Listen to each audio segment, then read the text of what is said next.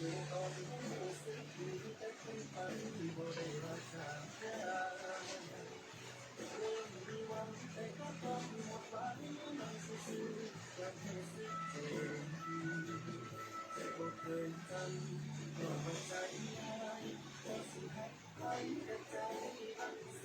ดีครับเราที่สร้างมาผมลืมไอ้นี่มาอะไรไอ้บัตรที่มาจำได้ไหมจะลองก่อนนะ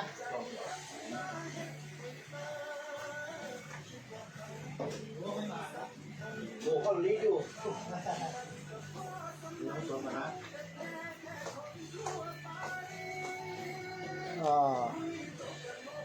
สวัสดีครับ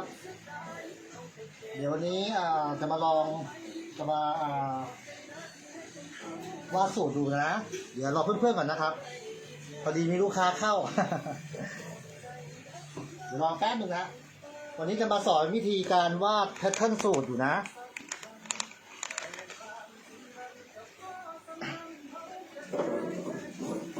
เดี๋ยวรอเพื่อนๆก่อนนะ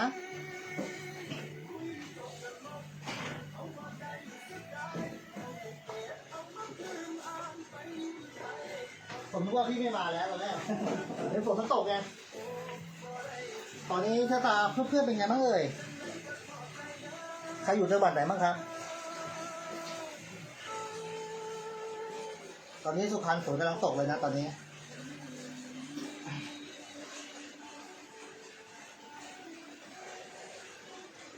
เดี๋ยวรอแป๊บนึงครับ ช่วยกันแชร์หน่อยเดี๋ยวผมช่วยแชร์ตัวเองก่อน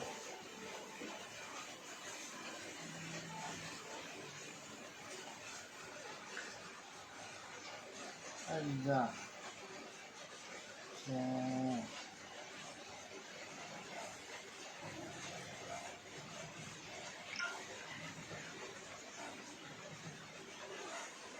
ช่วยกันแชร์หน่อยนะเพื่อคลิปนี้เป็นประโยชน์กับน้องๆที่กำลังหัดตัดอยู่นะครับ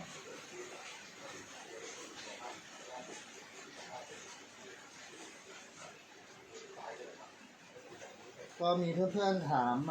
อยากดูเส้นวิธีการตัดสูตรอยู่นะ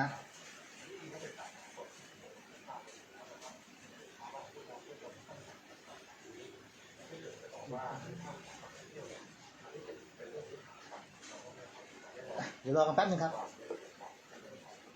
พอดีมีลูกค้าเข้าพอดี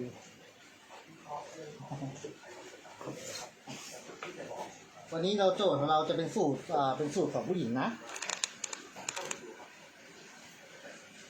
เป็นสูตรของผู้หญิงนะครับไซส์ก็ตอนนี้ที่ให้ไซส์ไปอยู่ที่เอาแบบง่ายๆกันก่อนเลยนะครับเอาแบบว่าทำความเข้าใจกับเส้นก่อนนะว่าวิธีการเส้นสูตรมันมีอะไรบ้าง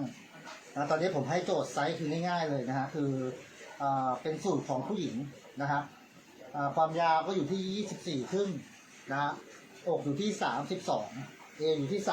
อยู่ที่27สะโพกอยู่ที่36ไหล่15แขนยาว23เดี๋ยวจะค่อยๆเรียนกันไปนะเดี๋ยวแป๊บนึงครับตอนนี้เข้ามา4คนมีใครอยู่บ้างเนี่ยมีใครทำอะไรอยู่ตรงไหนบ้าง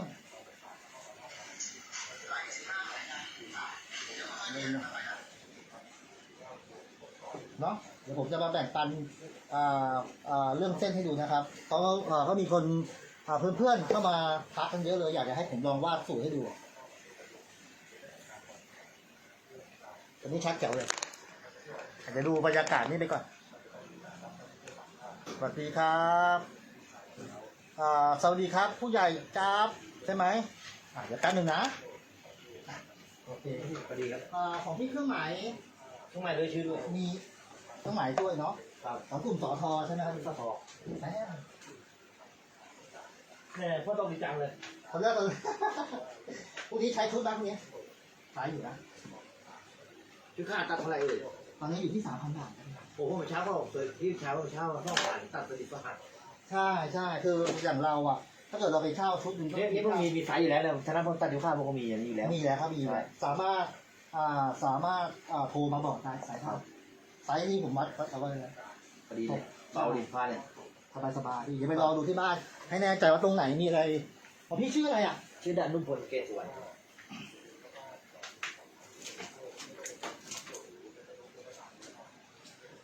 พี่จากทุกคนนะสิงห์แล้วก็เข็มขัดด้วยเนาะ ต้องการด้วย เข็มขัดตัวทอพี่เอาไหม เอาครบเลยครับ ครบหมดเลยนะตัวทอ แล้วสายผมต้องซื้อไหนเนี่ย สายผมมีครับสายผมมี เอาครบชุดเลย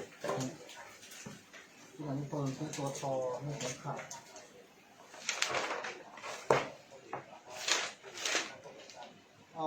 ของพี่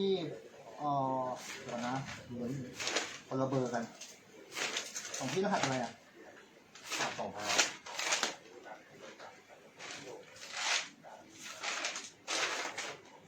ระมาณ125 ที่15ใช่ไหมเดี๋ยวนะเดี๋ยวว่าคงวงที่อยู่นี่AFC 11 ครึ่งเดี๋ยวแป๊บนึงครับ เดี๋ยวผมตัดสายขันให้ บ้างนี่กันไหนใช่ไหม ตัวนี้เป็นตัวติดปก แล้วตัวทอนี่จะอยู่ข้างบนป้ายชื่อนะครับ แล้วก็มีตัวนี้ แล้วก็บ่าของท่านสอทอตัวนี้ยันเนี่ยโอ้ยไม่ใช่ตัวนี้ยันนี่จะครบจะได้เดี๋ยวรอผมตัดสายขัดกันครับ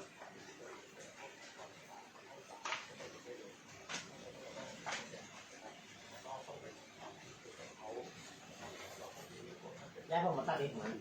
ใช่วันนี้ผมไปส่งกลุ่มเดิมบางทั้งเซตเลยพี่เพิ่งกลับมาตอนเย็นนี่เหมือนกัน41 ครึ่ง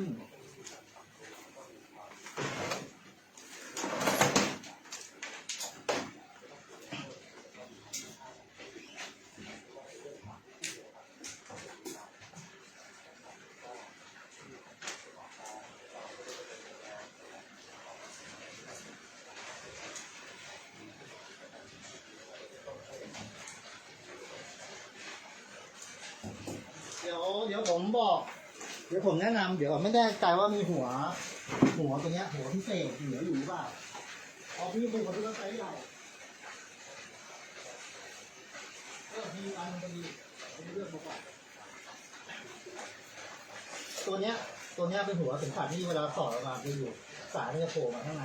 นะพี่เก่งแต่ตัวเนี้ยมันจะใส่ลำบากนิดหนึ่งก็จริงแต่ด้วยความที่มันคอ เท่าไหร่ดูนี่แหละ ตัวนี้350กับ280ตัวนี้ก็เป็นหัวใหญ่ แต่ถ้าว่าเป็นคนที่ว่ายังมีพุงใช้ใหญ่ตัวเนี้ยตัวนี้มันเอาอยู่ แต่ตัวเนี้ยบางครั้งเราใช้ไปเรื่อยน่าจะรูดแล้วที่ช่วยเรื่องของพี่อย่างนี้ดีกว่าตัวนี้ครับ ใส่ผมอยู่นะใส่ไปเลย แต่เวลาใส่ตัวเนี้ยบางครั้งหูมันใส่ยากที่ต้องแกะนี้ออกเดี๋ยวผมบอกให้ดู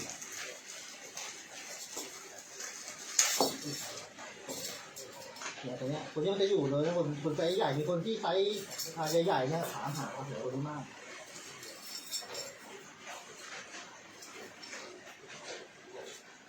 มีอะไร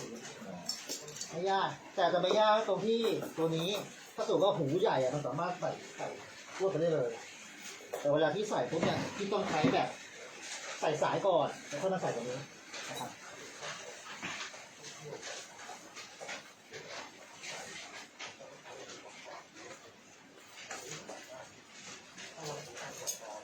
ของพี่เออยู่ที่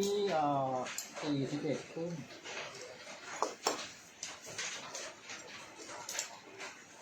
สายนี้สวย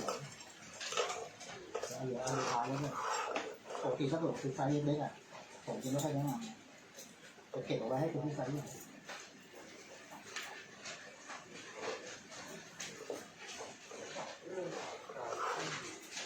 ตัวเนี้ยเวลาที่อ้วนขึ้นผอมลงก็ขยับตัวติดนั่นแหละ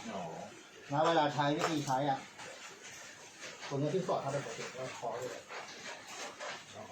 ใช่คอเลยมันจะอยู่แน่นสุดนะเพราะมันทำอยู่ก็มันจะล็อก2 ชั้นล็อกให้มันจะได้ยืดไม่ออกก็จะมีตรงนี้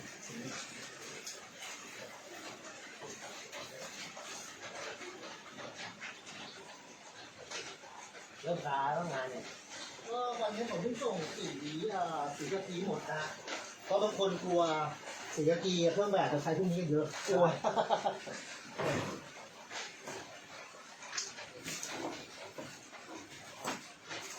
นี่จะม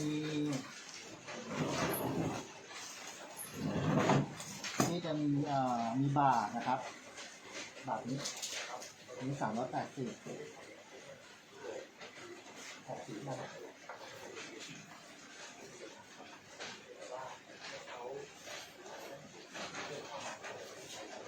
จะไม่โบกเฟสไม่ได้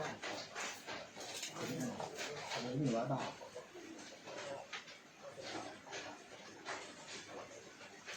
ตัวปกคือตัวปก160ไปที่ที่ขายแล้วตัวทอน100 บาทแล้วก็สายนี้ค่ะหัวพร้อมสายอยู่ที่350 บาท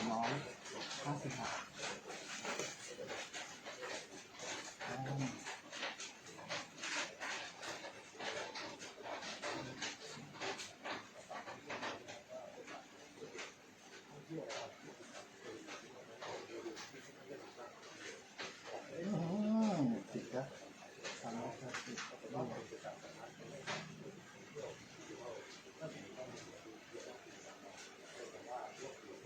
350ตลกปกเลยนะ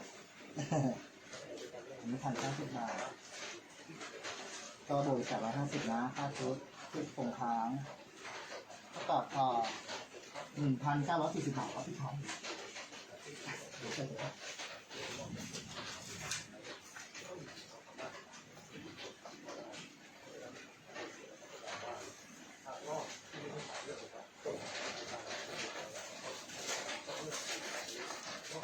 เรื่องของผมแบบจุดนี้หมดแล้วเรื่องของ ใช่ครบเยอะเลย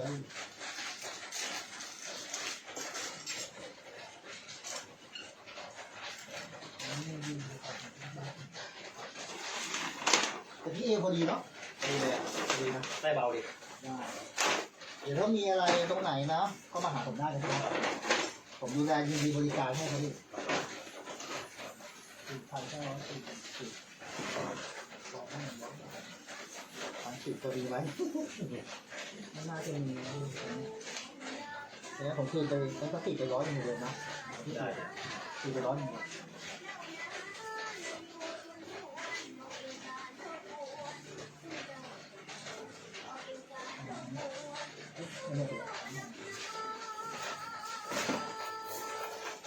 โอเคขอบคุณมากที่ขอบคุณมากครับมายังไงที่ฝนตก โอ้ได้มาเจ้าดีกว่าอ๋อ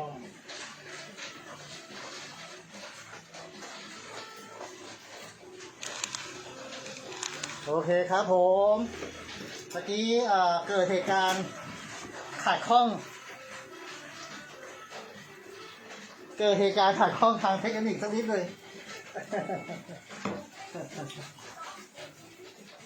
ตอนนี้ใครอยู่บ้างครับเนี่ยตอนเนี้ยทักทายผมหน่อยครับมาเดี๋ยวเราจะเริ่มตอนแรกผมเห็นอ่ะข้างนอกเนี่ยฝนมันตกอยู่แล้วก็คงจะไม่มีลูกค้าก็เลยตัดสินใจกดปุ่มสตาร์ทกดปุ่มแป๊บเดียวมาเลยนะเนี่ยลูกค้ามาเลยเนาะไม่เป็นไรครับเดี๋ยวเพื่อนๆที่อยู่ช่วยกันแชร์หน่อยครับเดี๋ยวผมจะได้พูดทีเดียวกัน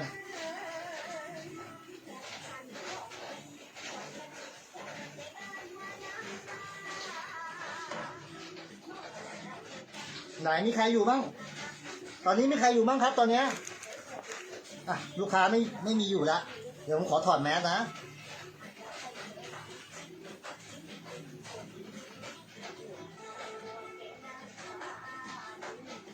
สวัสดีครับ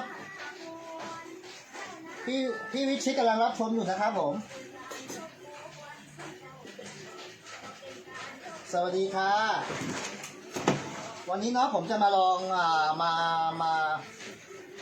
มาวาดเส้นสูตรให้ดูกันมีใครที่กำลังดูอยู่ทั้ง10 ท่านนี้มีใครเป็นช่างสูตรบ้างครับ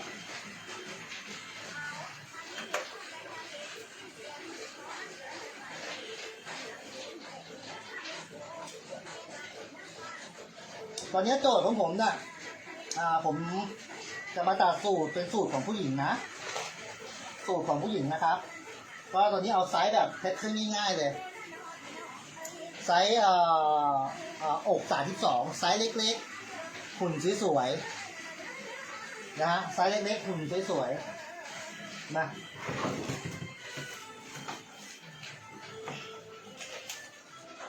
ดี๋ยวขอดูไม้บรรทัดก่อนยังไม่ได้เตรียมความพร้อมเลย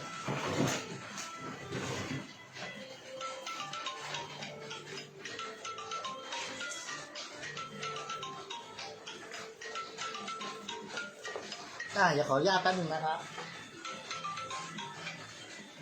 ฮัลโหล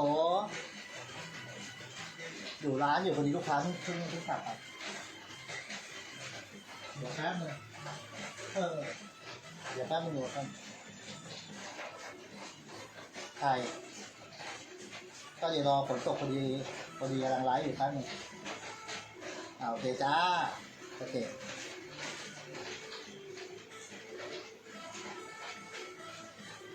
เอามาเดี๋ยวถามเขาคมๆหน่อยครับคมไหมเนี่ย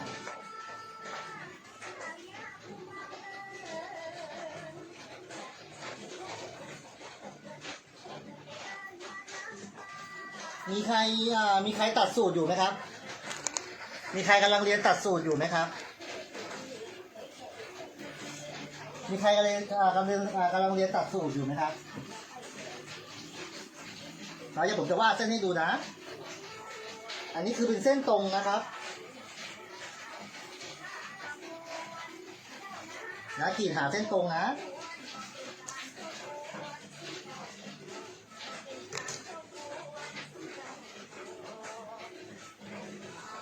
ใช่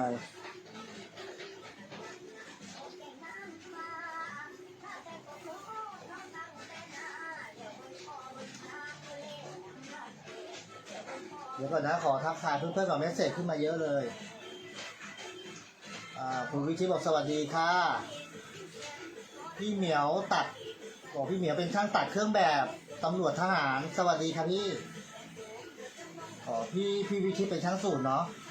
พี่วิชิตเป็นช่างสูตรเป็นช่างอะไรแพทเทิร์นหรือช่างเย็บครับ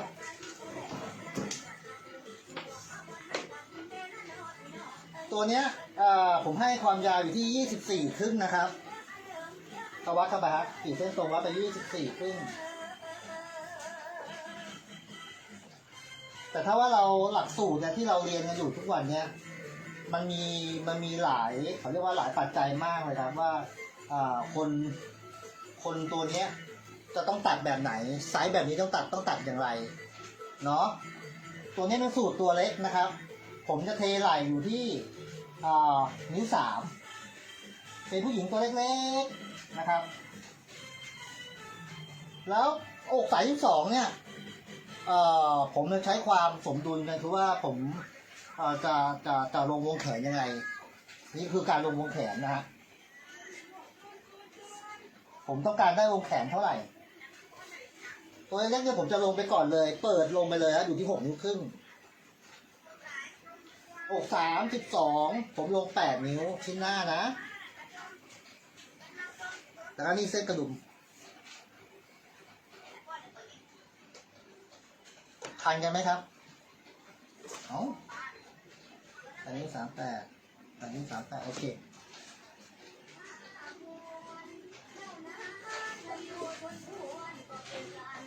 อันนี้เป็นเส้นตัวนี้เป็นเส้นบ่าหน้านะครับ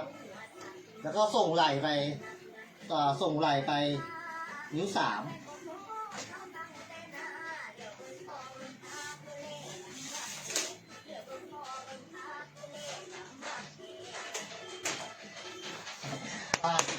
มาถึงก็ผิดเลย6 นิ้วครึ่งอยู่นี่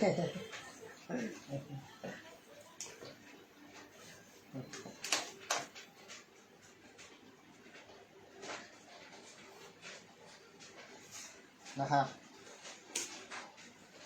แต่เส้นในการวิธีการตัดสูตรเนี่ยมันค่อนข้างจะใช้เส้นเยอะลงมา2 นิ้วอันนี้เส้นเอวนะ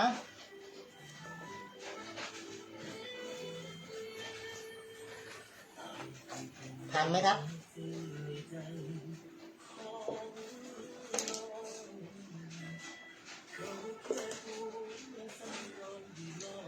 ตอนนี้ผมให้ไหล่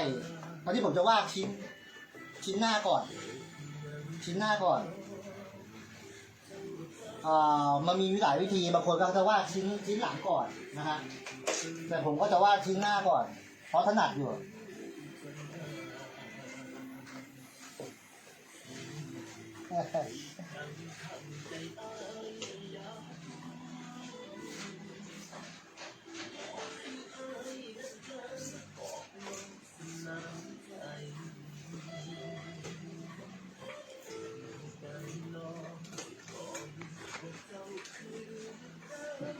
ขยับเนี่ยขยับนิดนึงครับโอเคมันจะเห็นชิ้นหลังไหมผมกระโดดข้ามไปอันนี้คือเป็นชิ้นหลังนะผมเบรกชิ้นหน้าไว้ก่อนนะเป็นโครงสร้างไว้ก่อน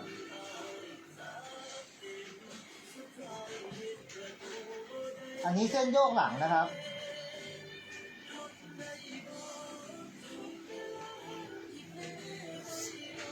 เส้นโยกหลังวิธีตัวนี้มันจะเป็นไหล่ตัวนะ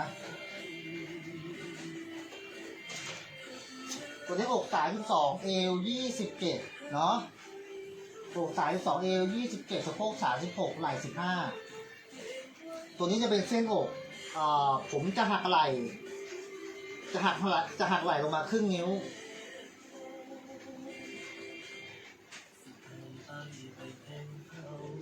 6 นิ้วครึ่งดี6 นิ้ว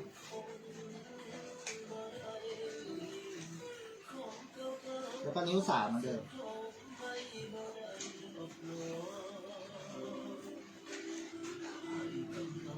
เห็นไหมครับ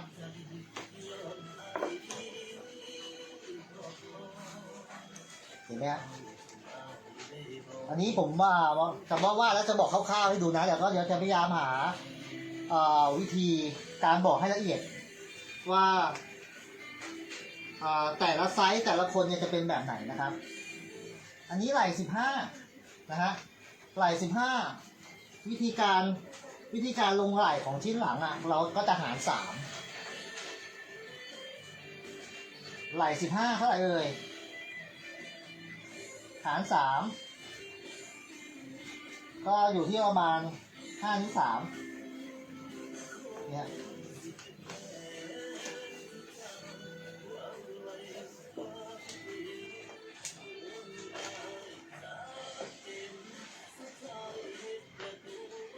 ขยับตัวนี้ไอ้ยาโอเคเนี่ยนะบ่าหน้า13ผมก็จะลงอย่างนี้เลยนะฮะลง6 นิ้วครึ่งชิ้นหลัง5 นิ้วครึ่งแล้วก็6 นิ้วครึ่ง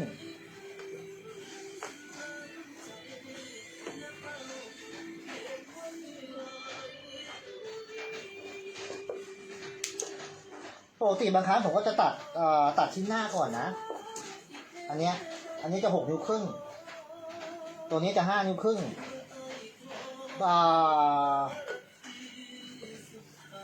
ผมมาเป็นคนที่ถนัดเวลาลงเส้น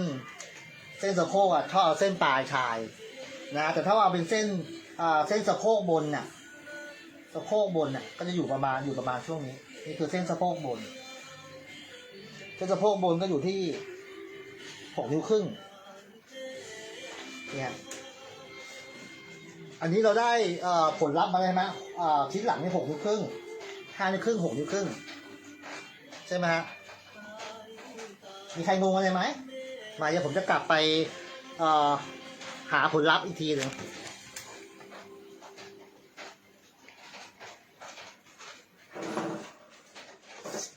ไหล่ตะกี้เนี้ยเราใช้วิธีการคือลงไหล่คือหาร3สมมติว่าไหล่16สมมติว่าไหล่16หาร3ก็เท่าไหร่มันก็จะหารยากนิดนึงผมเป็นคนถนัดส่วนมากจะถนัดแต่ว่าถ้าเกิดเป็นไหล่สมมติว่าไหล่18หาร3ก็ลงที่6 นิ้วเดี๋ยวผมดูอีกทีนะถ้าไหล่15ก็อยู่5 นิ้วนะฮะ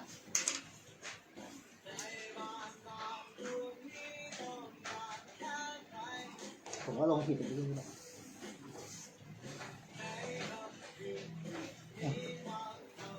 อันนี้5 นิ้วครึ่งผมก็มาลงนี่5 นิ้วครึ่งเป็นชิ้นหน้าอันนี้เอาแบบง่ายๆก่อนนะ3 นิ้วครึ่ง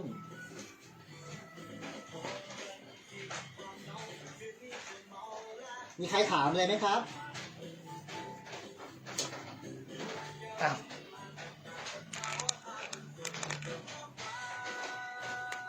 บอกมองเส้นเพลินมีใครถามอะไรไหมเอ่ยมีใครถามอะไรไหมครับ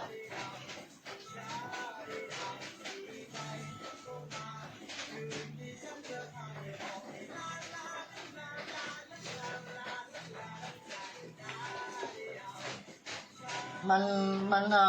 เวลาพูดอ่ะมันค่อนข้างจะลำบากนิดนึงเวลาสอน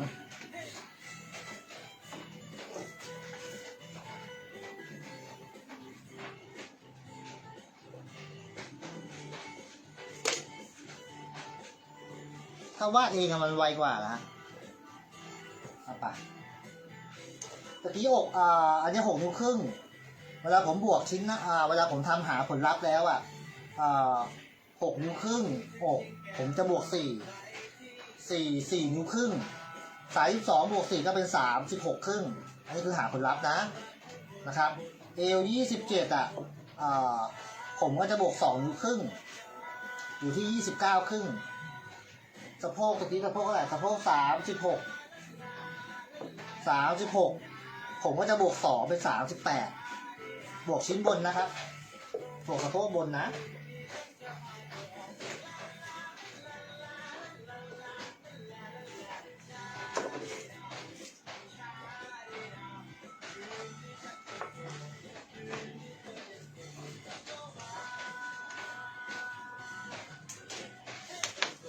เดี๋ยวหาลำตัวก่อนครับ6 นิ้วครึ่ง14 นิ้วครึ่งอีกที36ครึ่ง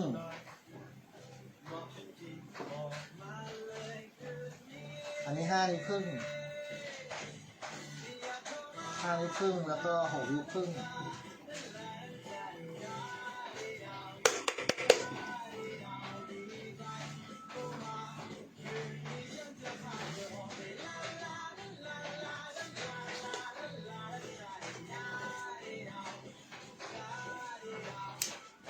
เวลาอธิบาย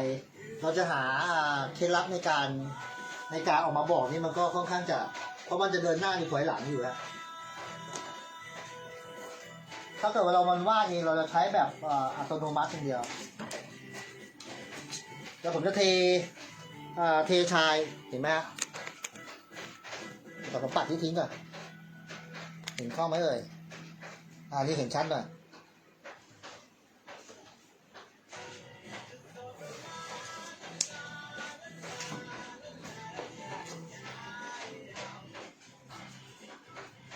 อันนี้ก็คือเส้นจีบนะครับ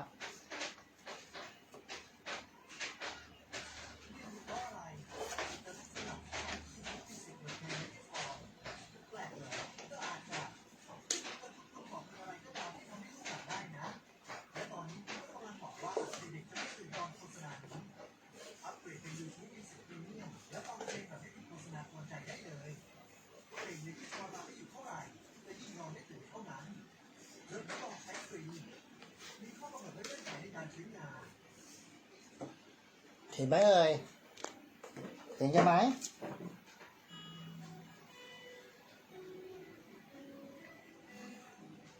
อันนี้มาวาดให้ดูนะวิธีการตัดแต่ละคนมันก็จะไม่เหมือนกันแต่ละไซส์ก็จะลงไม่เหมือนกันนะการโยกนะคนอ้วนโยกยังไงคนผอมลงยังไงความลึกของวงแขนน่ะคนที่ว่าไซส์ใหญ่อกเท่านี้นะครับอกเท่านี้เราจะตัดวงแขนนี้เท่าไหร่มันจะมีส่วนประกอบอยู่หลายอย่างนะครับตรงนี้มันอยู่ที่ว่าที่เราศึกษามาที่เรื่องประสบการณ์ของเราด้วยนะเนี่ย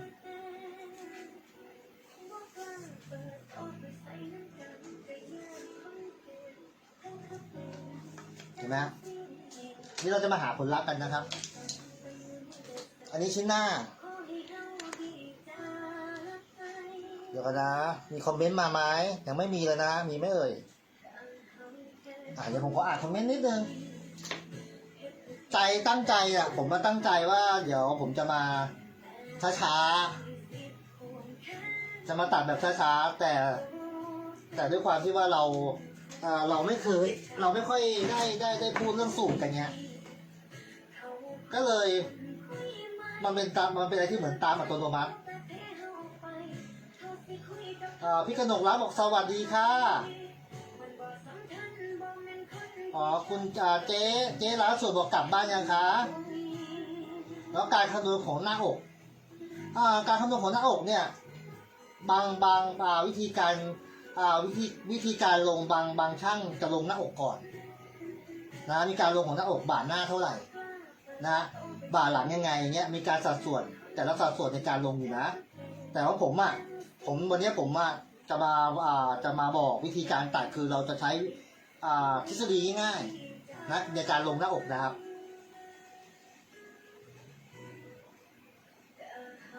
เนาะการคำนวณของอกรู้ป่ะครับพี่การคำนวณของหน้าอกของอกการวิธีการลงของอกตะกี้ผมบอกว่าอกเท่าไหร่เอ่ยเพื่อนๆจำมาได้ไหมครับผมบอกว่าอกอยู่ที่32ผมจะลงก็เหมือนกันอาหาร4ผมก็จะลงด้วย8นิ้วนะการลงอกนะบางคนมันมีอยู่หลายวิธีในการตัดนะครับบางครั้งเราก็จะหาผลลัพธ์มาจากชิ้นบ่าหน้าก่อนแล้วค่อยมาลงนะเพื่อให้แล้วก็เราไปหาสัดส่วนอีกทีหนึ่งนะในการวาดมีหลายเทคนิคในการวาดสูตรนะแต่ถ้าว่าหลักวิธีการง่ายๆก็คือว่าเวลาเราลงชิ้นเวลาส่วนมากผมจะลงอกผมจะใช้หาร4นะฮะอกสาย2นี่คือว่าไซส์ผมหาไซส์เล็กๆมาให้อกสาย2ก็จะลง8นิ้วแล้วผมก็จะเผื่อตะเข็บเย็บไปเลยในตัวนะผมจะเผื่อตะเข็บเย็บไปในตัวนะครับแล้วมีใครถามอีกไหมคุณนารีรัตน์สวัสดีจ้าสวัสดีครับถ้าหน้าอก44นิ้วคำนวณวงแขนเท่าไหร่ครับอก44คำนวณวงแขนถ้าด้วยประสบการณ์ที่ผมตัดงานมานะอก44มันมีหลายปัจจัยคือผมเวลาผมวัดตัวผมก็จะมีรอบวงแขนนะรอบต้นแขนเพื่อเป็นอะไรเพื่อประกอบกันนะครับเราจะใช้ทฤษฎีลงอกอย่างเดียวมันลูกค้าบางคนบางท่านนะบางคนต้นแขนใหญ่วงแขนเล็กนะถ้าอก44ถ้าจากที่ทำมาเนี่ยอก44วงแขนก็อยู่ถ้าทำให้เสร็จแล้วอยู่ประมาณสัก23-24อยู่ประมาณนี้นะถ้าที่ทำมานะแต่มันต้องอยู่ที่ว่าคนนั้นเขาวงแขนเนี่ยประมาณไหนที่เราวัดมาเวลาผมวัดตัวผมจะมีวงแขนประกอบด้วยกับต้นแขนประกอบด้วยเราจะใช้ทฤษฎีในการบางคนเขาก็จะลงอกเลยทีเดียวเอาอกมาลงนะครับมีคำถามอีกไหมครับผมเนาะถ้าเกิดว่าอก44วงแขนก็ที่ผมทำอยู่ที่ทำกันประจำอยู่ก็อยู่ที่ประมาณสัก23หน้า23ครึ่ง23ครึ่ง24อยู่ประมาณนี้แหละฮะแต่ถ้าอก32เนี่ยก็อยู่ประมาณเป็นผู้หญิงตัวเล็กๆก็อยู่ประมาณสัก17ครึ่ง18อยู่ประมาณนี้ไม่เกินหรอกในการลงอกนะเวลาอก32ของผู้หญิงผมจะใช้คำนวณเริ่มต้นก่อนลงอยู่ที่6นิ้วครึ่งก่อนไซส์32แต่ถ้าว่าผู้หญิงวงแขนเล็กต้นแขนเล็กเราก็จะย่นขึ้นมาอีกหรือ6นิ้ว1หรือ6นิ้วนะครับเพราะอะไรรู้เปล่าฮะมันอยู่ที่การวัดตัวด้วยนะ ไปเดี๋ยวเราจะมาหาคำนวณจากรอบหน้าอกกัน ชิ้นหลัง6 นิ้วครึ่ง14 นิ้วครึ่งอีคีผมต้องการบวก4 นิ้วครึ่งก็เป็น36 ครึ่งจะอยู่ตรงนี้นะตรงนี้นะครับ แล้วก็ชิ้นหลัง5 นิ้วครึ่งนะมีใครคำถามอยากจะถามในถามมันเข้ามาได้เลยนะเดี๋ยวผมจะทยอยตอบเนาะเอวที่เอว27ผมต้องการอันนี้ผู้หญิงคนนี้เป็นอะไรที่ว่าชอบพอดีตัวนะฮะผมจะใส่ไป29 ครึ่ง30อยู่ประมาณนี้นะครับแล้วก็ชิ้นหลัง6 นิ้วครึ่ง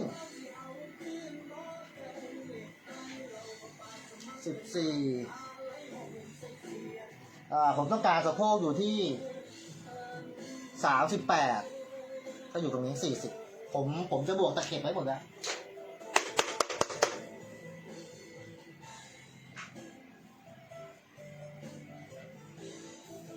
เนี่ย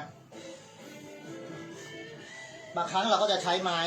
บรรทัดนี้ช่วยแต่ผมเป็นคนที่อะไรที่ว่าถนัดมือมากกว่า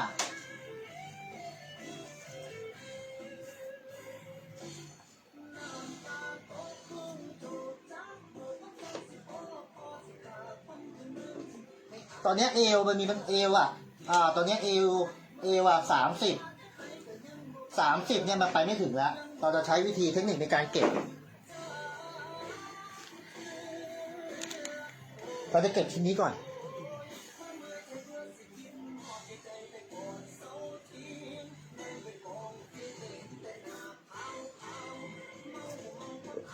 แต่ทุกอย่างเวลาเราเก็บแล้วตรงปลายเนี่ยอย่าทิ่มพยายามมุ้มเข้านะวาดเวลาวาดพยายามมุ้มเข้าหาให้มันกอดกันเดี๋ยวจะลองดูนะว่าตอนนี้จะได้เอวอยู่ที่30หรือเปล่า5 นิ้วครึ่งมันวิธีการเก็บมันก็อยู่ที่วิธีการวาดของเราเองนั่นแหละฮะว่าเราจะวาดไปยังไงตอนนี้เอวผมยังไปไม่ถึงยังได้อยู่ที่31คราวนี้31เราจะทำยังไงเราก็กดหน้าอีกนิดนึงกดหน้าไปหน่อยกดหลังไปนิดนึงหรือว่าเก็บจีบก็ได้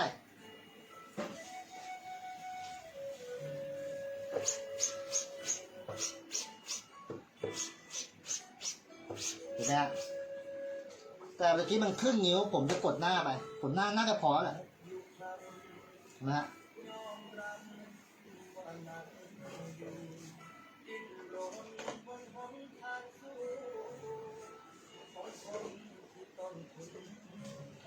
แล้วก็ใส่จีบไปหน่อย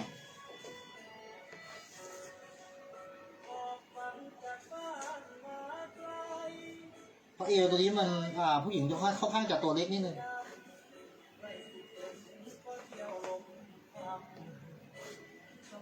ไม่เป็นไรนะอันนี้คือที่ผมออกมาว่าให้ดูคือมันเป็นทฤษฎีของสำหรับที่ผมทำงานอยู่นะผมออกมาบอกกันเนาะถ้าเกิดว่าเพื่อนท่านใดที่ชอบแพทเทิร์นแล้วก็ที่วาดแพทเทิร์นอยู่เราก็สามารถมาแบ่งปันกันได้นะแต่นี่ผมก็จะมาแบ่งปันในแนวที่ผมคิดอยู่นะผมตัดอยู่ทุกครั้ง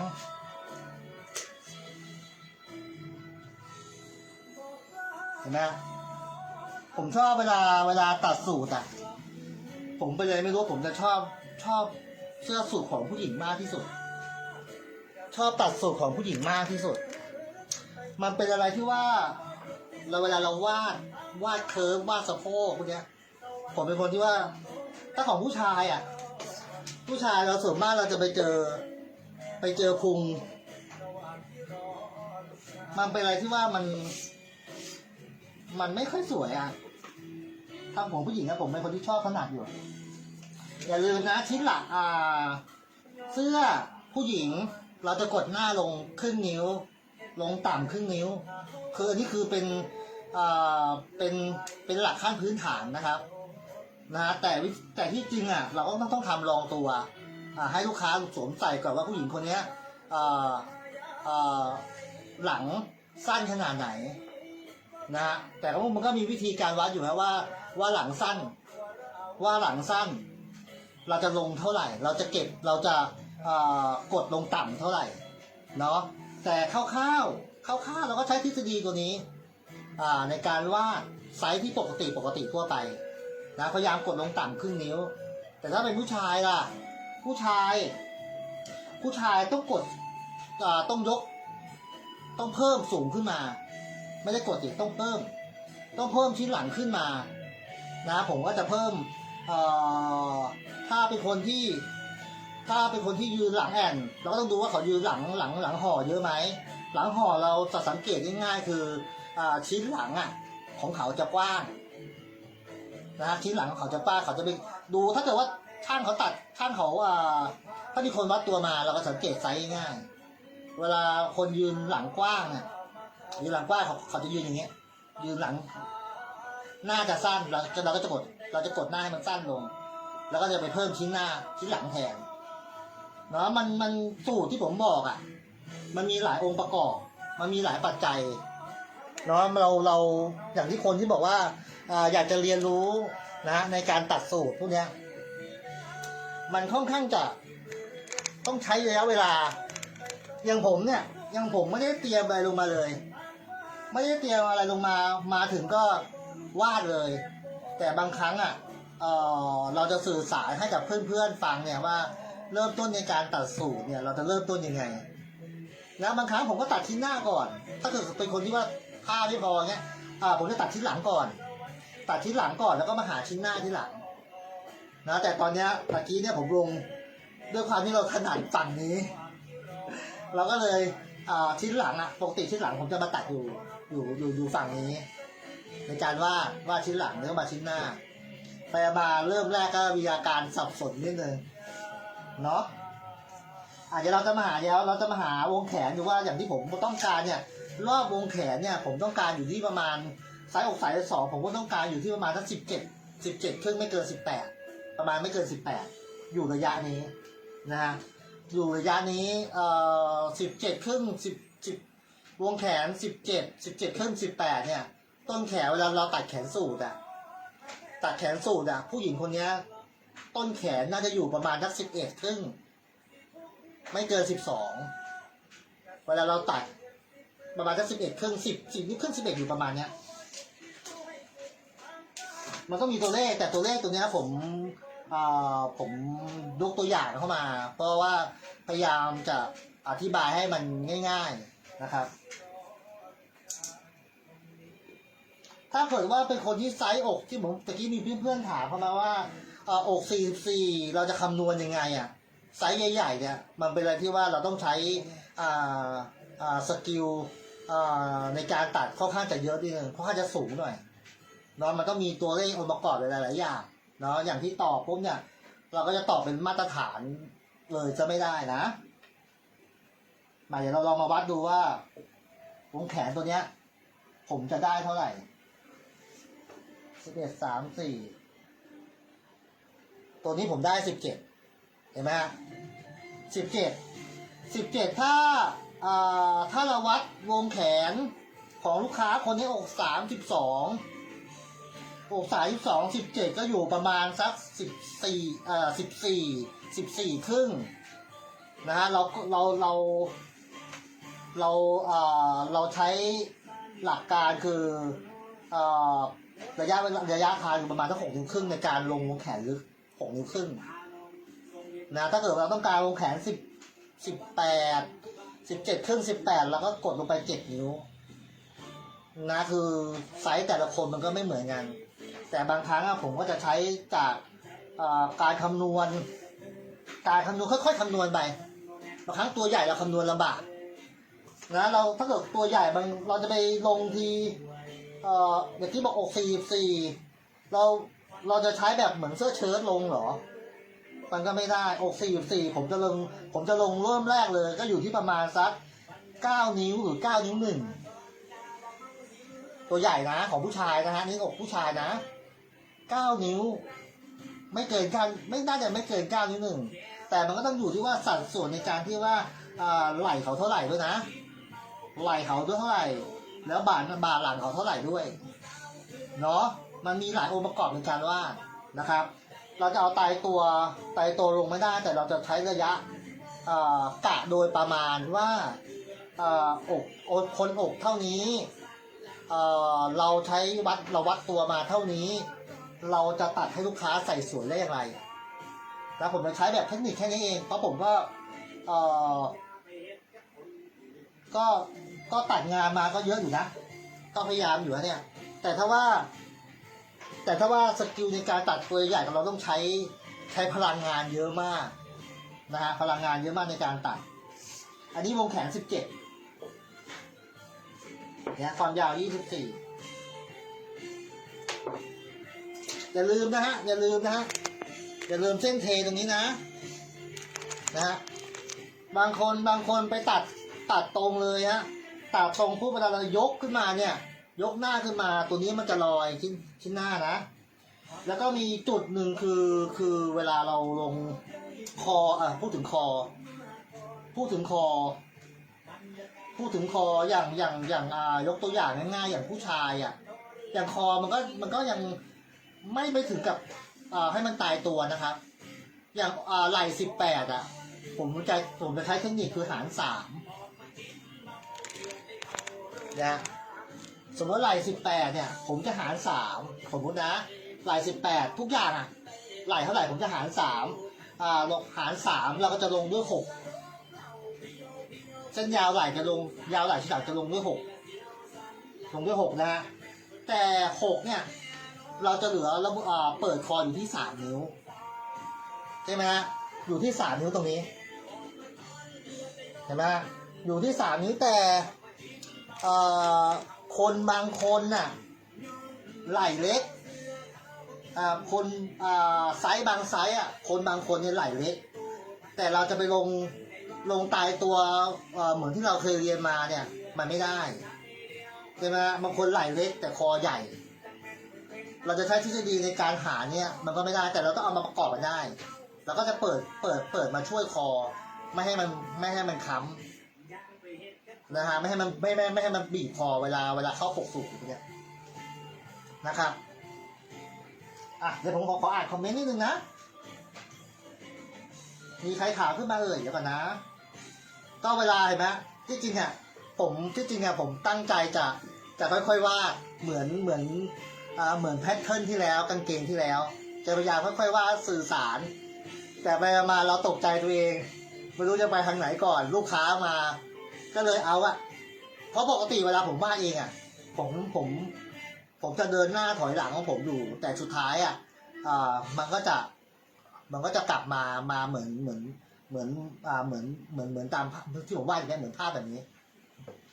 นะคือแต่ละครั้งนะแต่ถ้าเกิดที่ผมบอกว่าไซส์บางไซส์ใหญ่เราต้องใช้พลังเยอะนิดนึงจะมานั่งพูดคุยมันก็ไม่ได้เดี๋ยวผมขออ่านคอมเมนต์นึงเผื่อมีเพื่อนๆถามว่าวิธีการหายังไงเพิ่มขึ้นอีก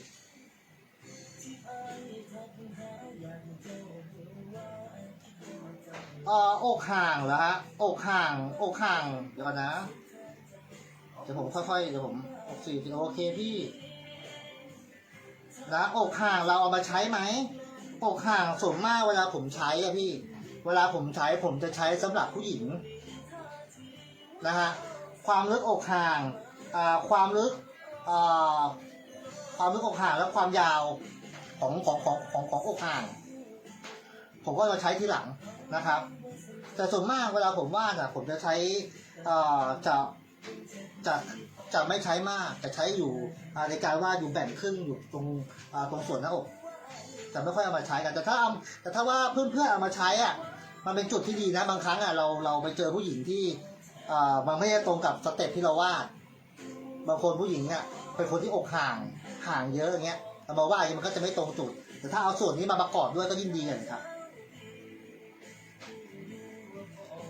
เนาะโอเคแล้วก็อกห่างสวัสดีครับพี่นัทุกคนอันนี้รับชมรัวๆเลยใช่ไหม อันนี้จะไปคอมเมนต์แล้วก็ปกติขาวกับ มีพี่พอสมั้งพรใช่ไหมฮะเขียนมาว่าปกติขาวกับสูตรทั่วไปบวกเท่าไหร่ บวกเท่ากันไหมครับ ปกติขาวนะ มันอยู่ปกติขาวอะถ้าเกิดว่าลูกค้าชอบสบายๆอะผมก็จะเพิ่มนะในการบวกแต่ละครั้งมันอยู่ที่ว่าลูกค้าคนเนี้ยที่เรารับงานมาเนี่ยเขาเป็นคนชอบแบบไหนนะฮะ4 นิ้วพอดีตัว4 นิ้วครึ่ง5 นิ้วนะแล้วแต่คนแต่ถ้าว่าสูตรปกติขาวอะสูตรปกติขาวส่วนมากอะเราจะไม่ตัดพอดีตัวกันนะครับเราจะตัดออกแนวหลวมๆสบายๆให้กับลูกค้าหน่อยเพราะว่าอะไรรู้ไหมครับเพราะว่าเวลาลูกค้าตัดไปแล้วอ่ะถ้าเราตัดพอดีเป๊ะเหมือนกับสูตรเลยอ่ะลูกค้าจะเอาชุดขาวเอาชุดเนี้ยไปใช้งานได้ไม่มากนะครับแต่ชุดขาววิธีการลงไหล่กับสูตรเนี่ยคนละอย่างกันนะฮะผมต้องบอกไว้นิดนึงคนละแบบกันแต่เพิ่มเทคนิคนิดเดียวเพื่อนเคยเห็นไหมเวลาเราใส่ชุดขาวอ่ะเวลาเราใส่ชุดขาวอ่ะ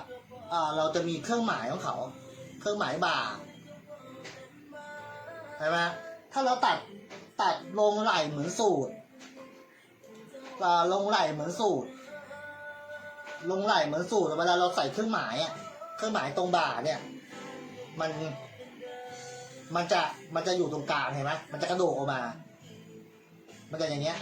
เข้าใจไหมฮะแต่เราจะใช้เทคนิคของสีขาวเราจะกดหน้าต่ำนะหน้าต่ำลงมาครึ่งนิ้วเข้าใจไหมครับหน้าต่ำลงมาครึ่งนิ้วกดเสร็จปุ๊บเราไปเพิ่มหลังแทนนะเพิ่มกดตรงนี้นะเวลากดหน้าต่ำกดลงไปครึ่งนิ้วแล้วไปเพิ่มชิ้นหลังตรงนี้แทนยกขึ้นมาสูงอีกครึ่งนิ้วนะฮะเพื่ออะไรเพื่อเวลาเราใส่เครื่องหมายอ่ะเพื่อเวลาเราใส่เครื่องหมายติดเครื่องหมายอ่ะมันจะอยู่เดี๋ยวผมเอาเครื่องหมายจริงๆมาให้ดูเครื่องหมายมีไหมเอ่ยเดี๋ยวรอแป๊บนึงนะ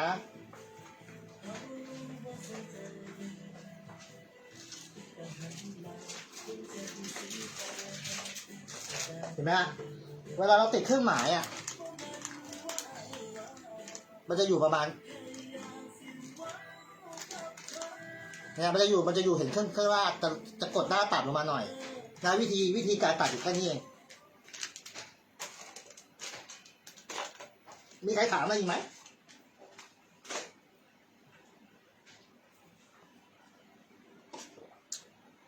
เวลาผมตัดชุดขาวอ่ะผมจะบวกหลวมๆนะอย่างลูกค้าบอกเวลาลูกค้าบอกว่าต้องการสบายๆนะผมก็จะบวกไปเลยบวก5 นิ้วนะแต่มันหลวมมันก็หลวมไปนะ4 นิ้วครึ่งก็ผมก็ว่าหลวมแล้วแหละแต่เวลาผมชินถ้าเกิดลูกค้าบอกสบายผมก็จะเผื่อไว้เลยแต่บางครั้งเราเผื่อ5 นิ้วลูกค้าใช้งานได้แป๊บเดียวแต่ถ้าเกิดลูกค้าสวยผมก็บวก4 นิ้วครึ่งเหมือนกันเอวผมจะบวก3 นิ้วหรือ4 นิ้วอยู่ประมาณนี้นะครับแต่สะโพกอ่ะถ้าเกิดว่ามันมี2หลักในการคำนวณที่ผมบอกอ่ะมีสะโพกบนกับสะโพกล่างเนาะสะโพกบนก็คือเส้นเนี้ยสะโพกบนก็คือเส้นนี้นะนี่คือสะโพกล่างบางครั้งผมก็จะหาบางครั้งทรงผมก็จะหาส่วนมากเวลาผมตัดผมจะไปคำนวณจากสะโพกล่างแต่สะโพกล่างก็จะบวกเยอะหน่อยบวกประมาณ3 นิ้ว4ประมาณ3 นิ้วครึ่งถึง4 นิ้วปลายเนี่ยแต่สะโพกบนเราบวกไม่เกิน2 นิ้วครึ่ง2 นิ้วอยู่ประมาณเนี้ยแต่มันอยู่ที่เราวาดด้วยนะฮะแต่เวลาผมวาดเนี่ยผมจะเน้นบอดี้ลูกค้ามากกว่าว่าผมส่วนตัวผมจะไม่ชินกับไม้บรรทัดใช้ได้แต่ผมเป็นคนที่ว่าชอบใช้ช็อควาดมากกว่านะเดี๋ยวผมขออ่านคำถามอีกทีนึงนะฮะเดี๋ยวเรามาขั้นตอนสุดท้ายกันในการเรียน ในการตัดแขนสูตรนะครับเดี๋ยวเผื่อมีใครถามเลยไหม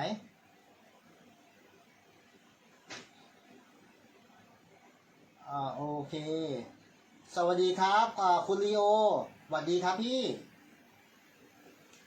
มา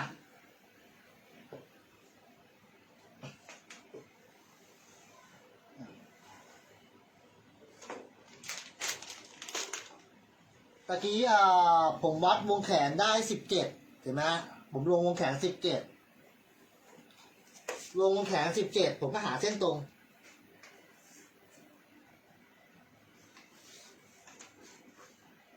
ผมก็หาเส้นตรงนะแขนอยู่ประมาณ23กัดอยู่แต่ผมจะถนัดตัดด้านนี้นะจะชอบตัดอยู่ฝั่งนี้แต่กล้องเป็นไงบ้างเลยนะอันนี้2 นิ้วตะกี้เราลงวงแขนเสื้อตัวนี้อยู่ที่6 นิ้วครึ่ง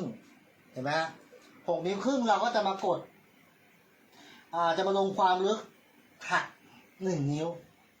เป็น5 นิ้วครึ่ง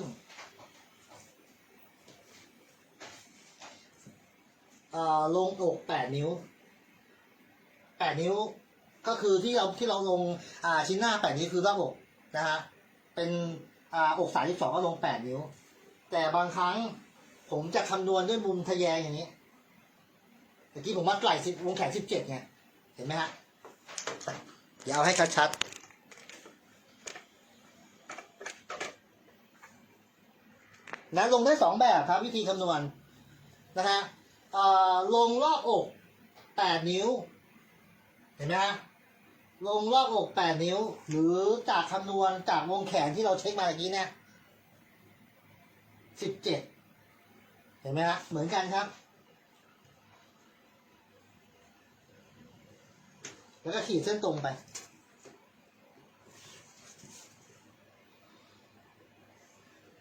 หาจุดสูงสุดนะ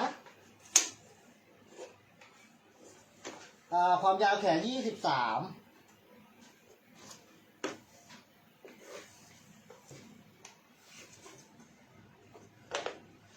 ผมจะโยกหลังโยกไปแขนมาช่วยหน่อย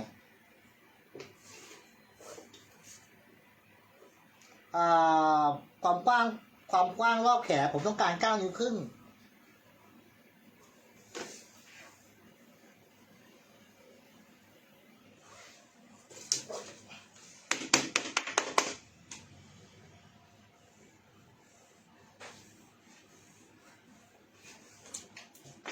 เป็นไงลงไหมแต่ถ้าว่าคนตัดสูตรเป็นน่ะน่าจะมองออกอยู่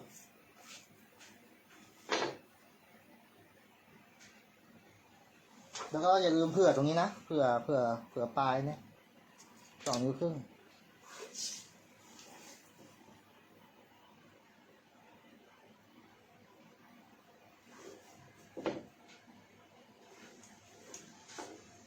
เป็นไงบ้างเลยวิธีการตัดแขนนะ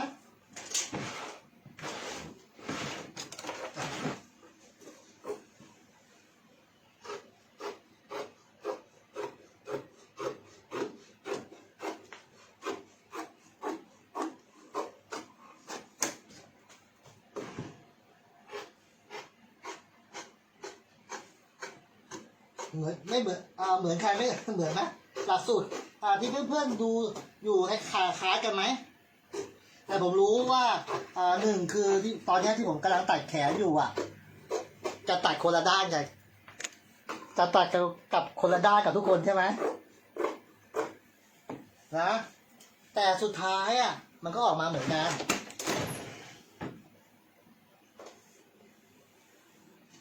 แต่สุดท้ายมันก็ออกมาเหมือนกันมาเดี๋ยวขยับไปรูปต่อ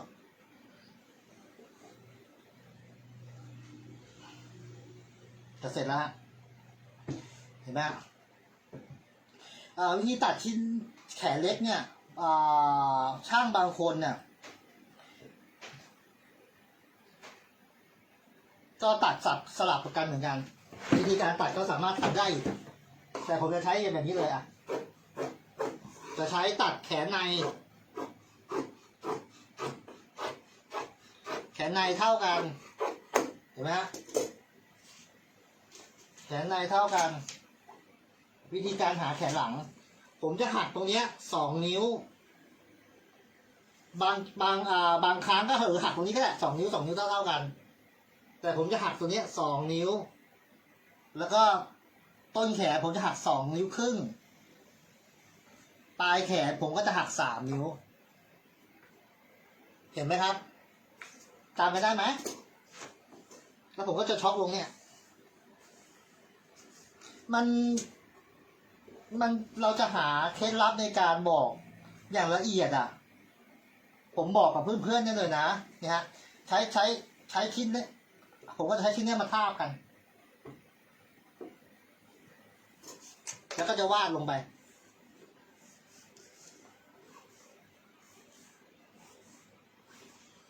เห็นไหมแล้วก็ใช้ไม้บรรทัดตัวนี้มันจะเล็กกว่ากันหน่อย ผมจะโค้งเข้าหา นี่นะครับ นี่ฮะ แล้วก็จะเผื่อให้ช่างเขาผ่าแขนหน่อยครับ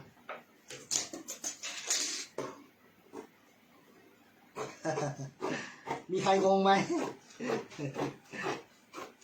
มีใครงงกันไหมครับ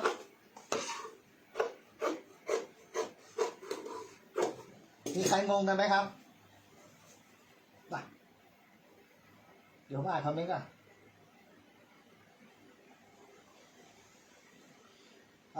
สวัสดีครับคุณกฤษพร พี่กฤษพรเป็นไงบ้างครับ เพิ่งดูแต่ต้นหรือเปล่าเอ่ย วันนี้ผมก็ตอนแรกว่าตั้งใจจะมาค่อยๆอธิบาย ไปมาเราก็ตื่นเต้นซะเอง ขนาดตัดทุกวันนะ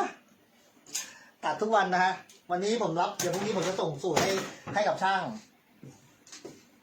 ขนาดเราตัดทุกวันนะยังตื่นเต้นเลยพี่ ไม่ใช่คือที่ผมตื่นเต้นอ่ะ ผมจะพยายามหาเนี่ยเขาเรียกว่าอะไรอ่ะ หาจุดที่ให้เพื่อนเข้าใจง่าย แล้วก็มันที่เทคที่แล้วที่ผมบอกตัดกางเกงอ่ะมันเข้าใจง่ายอยู่แล้วเพราะมันง่าย เส้นมันมีไม่เยอะเนาะแล้วก็อีกอย่างหนึ่งอ่ะความเข้าใจของสูตรอ่ะมันค่อนข้างจะละเอียดกว่าฮะผมจะกลั่นกรองพูดยังไงดีเอามาอธิบายพยายามสื่อสารกันนะอธิบาย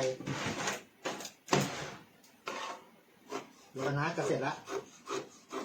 เดี๋ยวตัดให้มันหลุดไปเลย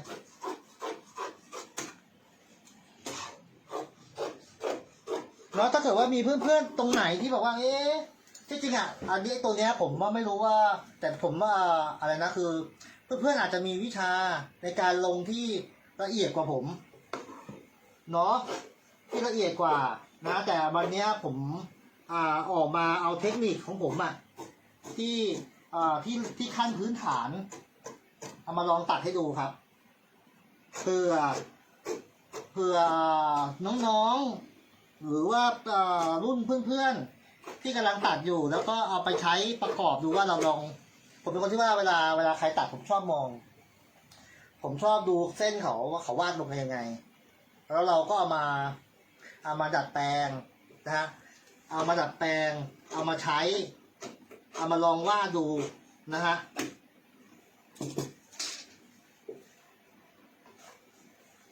นักปกตัวนี้ตอนนี้ก็อยู่ที่ประมาณสัก2 นิ้ว 1ปกสูตรอยู่ที่2 นิ้ว 1สมัยนี้นะไม่ต้องใหญ่มาก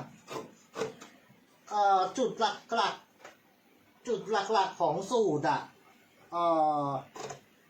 ส่วนมากอ่ะคำถามก็จะอยู่ที่การคำนวณของวงแขนเนาะการคำนวณของวงแขนอกเท่านี้วงแขนเราจะลงอย่างไรอย่างเงี้ยเราจะลงอย่างไรแต่ด้วยความที่ว่าของผมอ่ะด้วยประสบการณ์ที่ผมตัดมาผมจะใช้ ประกอบอยู่เท่านี้ ประกอบอยู่แค่นี้ฮะในการคำนวณนะเนาะถ้าเกิดเราต้องการลงวงแขนเอาของผู้หญิงนะไล่จากเล็กไปก่อนเราต้องการลงวงแขนของผู้หญิงอ่ะเราก็จะต้องเริ่มต้นที่อกเล็ก ต้นแขนเล็กนะบ่าหน้า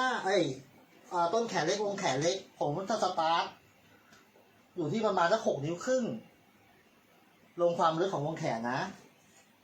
6 นิ้วมีไหมก็เคยฮะก็มีฮะแต่นานๆน่ะนานๆเราจะเจอคนที่วงแขนเล็กจริงๆอ่ะวงแขน14ต้นของแท้เท่าไหร่ละ14อย่างเงี้ย14ครึ่งอ่ะ14ครึ่งอย่างเงี้ยเรานานๆจะเจอทีอะเราไม่ได้เจอบ่อยแต่หลักที่เราจะมาใช้ในการตัดอ่ะหลักที่เราจะใช้ในการตัดที่ตัดกันประจำเลยอ่ะของผู้หญิงอ่ะก็จะอยู่ประมาณแค่6 นิ้วครึ่ง7 นิ้ว7 นิ้วครึ่งตัวใหญ่ก็ไปถึง8 นิ้วอยู่ประมาณนี้แหละครับเดี๋ยวไม่เป็นไรเดี๋ยวคราวหน้าเดี๋ยวผมจะมาบอกแบบเนี่ยเดี๋ยวผมชอบเห็นไหมถ้าเกิดใช้ไม้บรรทัดอ่ะผมมีความรู้สึกว่าเวลาเราวาดเส้นเคิร์ฟพวกเนี้ยมันไม่สวยเราใช้ไม้บรรทัดวาดโดยส่วนตัวผมนะผมจะใช้แนวศิลปะนิดนึงในการใช้มือวาดเองเนี่ยเดี๋ยวแป๊บนึงนะเดี๋ยวจะเสร็จแล้วเดี๋ยวเรามานั่งพูดคุยกันสักพักหนึ่งมีใครต้องการอยากจะถามตรงนี้เพื่อเอาไปดัดแปลงแล้วมีตรงนี้อีกอย่างหนึ่งอะพี่กฤษพรมีตรงนี้อีกอย่างหนึ่งนะครับคือตัวเนี้ยเส้นตัวเนี้ยเส้นชิ้นหลังตัวเนี้ยถ้าเป็นผู้หญิงเดี๋ยวผมไปให้เสร็จก่อนจะมีเทคนิคนิดนึง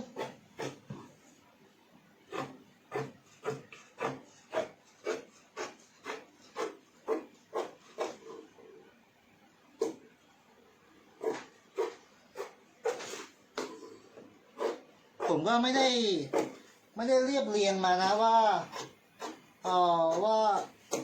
าวิธีการตัดเป็นแบบไหนแต่จะมีเทคนิคไม่กี่จุดอะถ้าเป็นผู้หญิงนะถ้าเป็นผู้หญิงอะเส้นโยกตัวเนี้ยถ้าเกิดเป็นผู้หญิงที่แอนหลังแอนเราจะแก้ไซส์ยังไงเนาะเป็นคนที่หญิงหลังบุ๋มอะเขาเรียกว่าหลังยุบอะ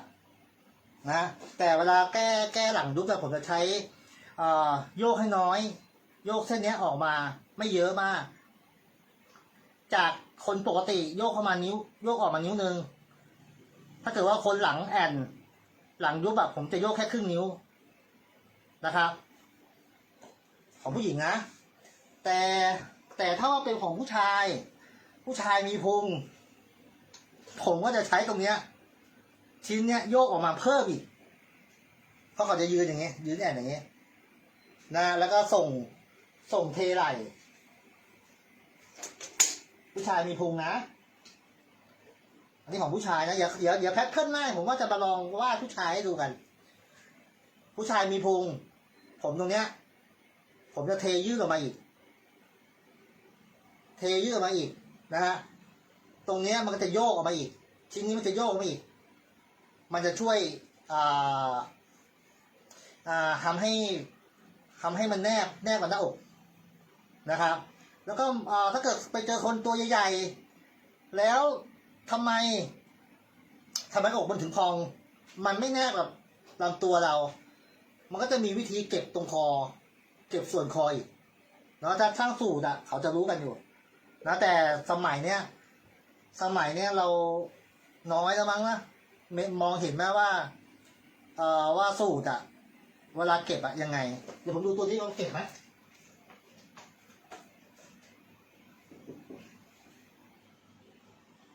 อันนี้ก็ไม่เก็บนะ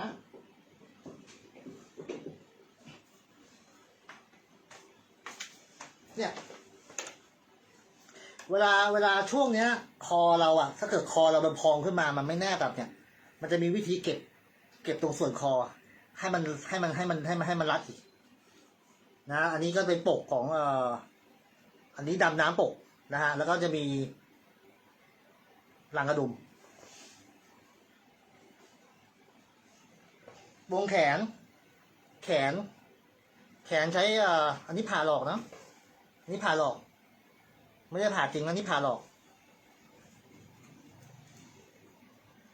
เนี่ยถักแล้วผ่าหลอก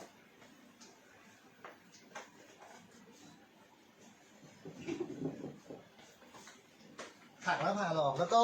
มีเพื่อนๆเดี๋ยวผมขออ่านคอมเมนต์ก่อนพูดยาวแล้วผมพูดยาวมาเลยมีคำถามอะไรไหมเช็ดกล้องบ้างค่ะอ๋อทำไมครับให้เห็นหน้าผมละพี่กฤษพร เดี๋ยวกันนะพี่กฤษพรบอกว่าแชร์แล้วนะจ๊ะเพิ่งเข้ามาค่ะครับพี่ก็เดี๋ยวตอนเทปเนี้ยผมยังเรียบเรียง1-2ยังมันก็ยังสับสนอยู่นะพี่เทคนิคยังไม่ได้ออกมาเทคนิคอย่างเต็มตัวเนาะแล้วก็เดี๋ยวเอาไว้ผมลองไปนึกดูว่าเอาโจทย์ยากๆมาให้ดูเริ่มแรกก็มีพี่ผู้ชายเขาถามว่าอก44ลงยังไงเดี๋ยวผมจะไปหาไซส์ยากๆมาลงว่าให้กับเพื่อนๆดูแล้วอก44ผู้ชายน่าจะเป็นคนที่ตัวใหญ่แล้วก็มีพุงนะฮะคนที่ตัวใหญ่แล้วมีพุงเนี่ยบ่าหลังเขาจะเล็กบ่าหน้าก็จะใหญ่นะก็มันจะมีวิธีเคล็ดลับในการโยกอีกทีหนึ่งนะครับแล้วก็วิกเตอร์การเมนกำลังรับชมอยู่นะดูไม่ทันเนาะพี่ถ้าเกิดว่าดูพี่วิกเตอร์ดูไม่ทันเนี่ยผมลองเข้าไปดูคร่าวๆเริ่มต้นดูเทสดูนะผมจะไม่ลบนะครับพี่นะผมจะใช้พยายทุกๆเทปเนี่ยผมจะเก็บเอาไว้นะเอาเก็บเอาไว้สิ่งไหนที่เดี๋ยวผมก็เป็นคนที่จะมาดูย้อนหลังดูเรื่อยๆว่าอันไหนที่ว่าเราข้ามไปจุดส่วนไหนที่เราข้ามไปหรือว่ายังไม่เป็นความรู้ให้กับเพื่อนๆอย่างเงี้ยสิ่งที่เรามีอยู่ยังไม่เกิดพวกเนี้ยผมก็จะพยายามจะออกมาอธิบายว่าจุดนี้ในการเสริมว่าเราจะแก้ไขยังไงลองไปดูเทปดูครับพี่คือตัวนี้ไอ้แพทเทิร์นตัวนี้เป็นแพทเทิร์นพื้นฐานนะผมยังไม่ได้ใช้อะไรมากยังไม่ได้อธิบายอะไรเยอะแยะมากเลยเป็นแค่พื้นฐานนะให้ดูเส้นนะแล้วก็ดูวิธีการบวกนะครับเนาะโอเคพี่เตอร์ขอบคุณมากค่ะดีครับผมน้องแหม่มบอกสวัสดีครับพี่เก่งวันนี้ออกมาอีกแล้วครับเพิ่งส่งงานของท่านสวเสร็จหมดทุกคนเพราะทุกคนก็จะเตรียมใช้พรุ่งนี้กันเนาะเพิ่งส่งมาก็อยากจะมาพูดคุยกับเพื่อนๆทุกวันแล้วว่ามาแบ่งปันกันแล้วก็อยากจะให้เพื่อนๆคนที่กำลังฝึกหรือว่ามั่นใจตัวเองฝึกออกมาอธิบายกันเขาเรียกว่าอะไรหลักหรือทฤษฎีที่สามารถเอามาช่วยกับเพื่อนๆอีกหลายคนได้พวกเนี้ยนะฮะโอเควันนี้มีใครอยู่ที่ไหนบ้างครับเนี่ยตอนเนี้ยมีใครอยู่ที่ไหนบ้างครับมีใครอยู่ที่ไหนเดี๋ยวต้นเดือนตอนนี้ผมสั่งกล้องสั่งไฟสั่งไมค์นะฮะสั่งไมค์อะไรมาที่พร้อมนะผมว่าตอนนี้ผมก็ยังใช้รูปแบบเดิมอยู่ยังไม่มีไมค์แต่ตอนนี้ปิดเสียงเพลงแล้วเพราะมีเพื่อนๆคอมเมนต์มาว่าถ้าปิดเสียงเพลงน่าจะดีกว่านี้เสียงน่าจะดีกว่านี้มีใครอยู่ที่ไหนบ้างครับตอนนี้สุพรรณฝนก็ตอนแรกที่ผมเปิดไลฟ์เนี่ยตอนแรกนึกว่าจะไม่มีใครเข้ามาก็เริ่มกดไลฟ์ก็พยายามจะใช้สมาธิเงียบๆเพื่อให้เรามีสมาธิในการพยายามพูดแต่ละขั้นตอนเลยพวกนี้แต่สูตรถ้าเกิดเราอธิบายมันมีอะไรที่องค์ประกอบเยอะมากที่ผมบอกตั้งแต่ต้นแล้วมีองค์ประกอบที่เยอะมากเราต้องค่อยๆจำเส้นมันเรื่อยๆนะจำเส้นมันแล้วเราก็หามันอยู่ที่ประสบการณ์นะว่าเราจะดัดแปลงกันยังไงสูตรคนเก่งต้องดัดแปลงเก่งต้องดูทรงเป็นในพวกนี้ต้องดูทรงว่า ว่าคนคนนี้เป็นแบบไหน ในการแก้ไขทรงนะสูตรตัดเบสิกเนี่ยไม่ได้เรื่องยาก แต่การแก้ไขทรงนี่เรื่องยากนะครับเดี๋ยวผมอ่านคอมเมนต์อีกทีหนึ่งนะฮะเดี๋ยวก่อนนะถึงไหนแล้วคุณจารุเดชบอกดีครับ มีความรู้ดี ส่วนมากช่างสูตรชอบถามก็ไม่บอกมันพี่ต้องเข้าใจนิดนึงนะพี่จารุเดชเนาะพี่ต้องเข้าใจนิดนึงการอธิบายในการสูตรแต่อย่างผมผมวันนี้ผมก็ไม่ได้เตรียมอะไรมาเสร็จจากงานส่งท่านสวส่งเสื้อกากีที่จะใช้กันพรุ่งนี้อยู่2 วันนะผมก็ไม่ได้เตรียมอะไรแต่วันนี้ผมแค่นึกว่าเดี๋ยวจะลองมาวาดแพทเทิร์นสูตรมาให้เพื่อนๆดูนะก็ไม่ได้เตรียมอะไรมาแต่บางครั้งในการถามสูตรมันจะใช้องค์ประกอบเยอะครับพี่จารุเดชเนาะใช่ไหมเดี๋ยวก่อนนะพี่จารุเดชเนาะมันจะใช้องค์ประกอบเยอะนะต้องเข้าใจช่างตัดนิดนึงเพราะว่าบางครั้งเขาช่างบางคนเนี่ยเขาจะตอบฟันธงเลยก็ตอบไม่ได้นะมันจะลำบากเพราะมันจะมีหลายองค์ประกอบในการวัดตัวในการดูไซส์นะแต่คนที่อยากรู้เขาก็พยายามถามเจาะว่าคนนี้เราจะทำกันแบบไหนผมก็ถามมีคนถามมาเยอะแต่ผมก็จะให้คำอธิบายว่าเราต้องดูองค์ประกอบหลายๆอย่างเนาะไม่ใช่อย่างเดียวอย่างผมเนี่ยอย่างผมตัดสูตรเนี่ยเคยตัดสูตรอยู่คนเขาเรียกว่าอะไรคนวงแขนเล็กแต่ต้นแขนใหญ่หรือคนต้นแขนใหญ่แต่วงแขนเล็กเราจะทำกันยังไงนะฮะแต่บางครั้งเราไปลงในทฤษฎีของเริ่มต้นในการตัดลงวงแขนลงจากอกไปพวกเนี้ยลงจากอกเลยพวกเนี้ยมันไม่เป๊ะแต่ผมจะใช้ประสบการณ์ในการลงความลึกของวงแขนและที่ผมเข้าใจผมจะบอกเพื่อนๆว่าอกตั้งแต่32เลยเพื่อนอกผู้หญิงนะอก32ผมสตาร์ทลงตั้งแต่6 นิ้วครึ่งเลยครับ6 นิ้วครึ่ง6 นิ้ว3 7 นิ้วนะถ้าเกิดว่าผมจะใช้ในส่วนประกอบของวงแขนดูว่าผู้หญิงคนเนี้ยวงแขนเท่าไหร่ต้นแขนเท่าไหร่นะที่เพราะเราจะมีความเคยชินกันว่าเราตัดประจำมันว่าต้นแขนเท่าไหร่วงแขนเท่าไหร่นะถ้าเกิดว่าเราต้องการวงแขนผู้หญิงคนนี้ต้องการเราต้องใจเราโจทย์เราต้องการตัดวงแขนให้ได้18เราจะลงยังไงนะฮะแต่มันอยู่ที่ว่าเราเคยวาดมายังไงผมสตาร์ทตั้งแต่6 นิ้ว6 นิ้ว6 นิ้วครึ่ง6 นิ้ว3 7 นิ้วนะฮะถ้า18ถ้าอก35 ผมจะสตาร์ท7ก่อนเลยความลึกของวงแขนผมจะลง7เลยลง7แต่มันก็จะอยู่ผลลัพธ์ของความสมดุลตรง